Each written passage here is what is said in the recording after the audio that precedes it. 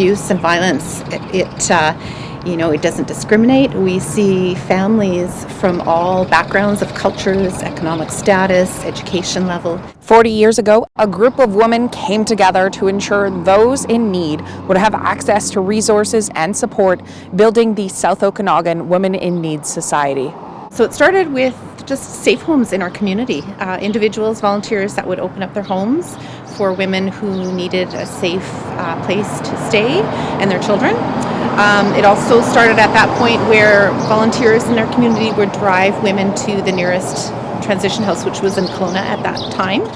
And they would drive them up there for services. And then in 1987, we opened our first transition house. It was, I believe, an 8-bedroom room house that we could offer services for women and children, where they could stay up to, I believe it was about 15 days.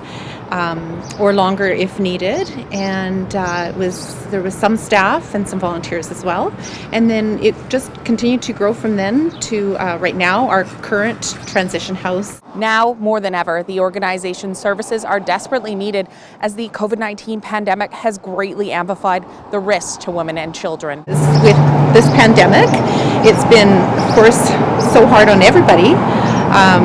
And we're, as things start to open up in the community and in our province, we know women are going to have more options now. They're going to start reaching out even more for help and supports. Opportunities to escape from abuse are more difficult to create due to a lack of resources. However, referrals and the need for care have increased by 20% within the community.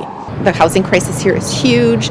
Even with a rent supplement, with the rents the way they are here, food security is a big need for a lot of women and children and families that we serve.